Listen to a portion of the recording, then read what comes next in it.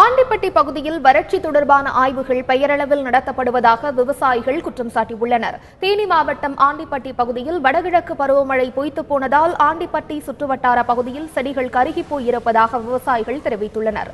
கடன் வாங்கி விவசாயம் செய்த நிலையில் இனிமேல் மழை பெய்தாலும் கருகிய செடிகளை காப்பாற்ற முடியாத நிலை ஏற்பட்டுள்ளது.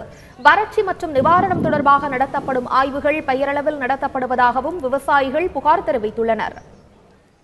மழை பெய்யாம இந்த சுத்தி பாருங்க, பூராமே காயிற அளவுல இருக்கு. தென்னை மரம்லாம் இன்னும் ஒரு மாசம் போனாலும் கூட செத்து போயிடும், அந்த நிலைமையில இருக்கு. இதனால கவர்மெண்ட் யாரு இது கூடிய நடவடிக்கை யார் எடுப்பாங்களோ அவங்க நேரடியா இந்த கிராமம் எங்க ஊர் துரைசாமி வரும், இந்த ஊர்ல நீங்க நல்லா பாருங்க, பார்த்து நீங்க நேரடியாவேவும் ஏதாச்சும் உதவி பண்ணோம்னா பண்ணுங்க. அதிகாரிங்க மற்ற அமைச்சர் யாரும் பார்வையிடன்னு வர்றாங்க. ரோட்டோரமா வரும்போது ஆத்தோரம் அவங்க அந்த பாலத்து பக்கம் இருக்கும்போது அதில் பசப்பு தெரியுது, பசப்பு தெரியல, நல்லா தானே இருக்குது அப்படின்னு சொல்லிட்டு போயிடுறாங்க.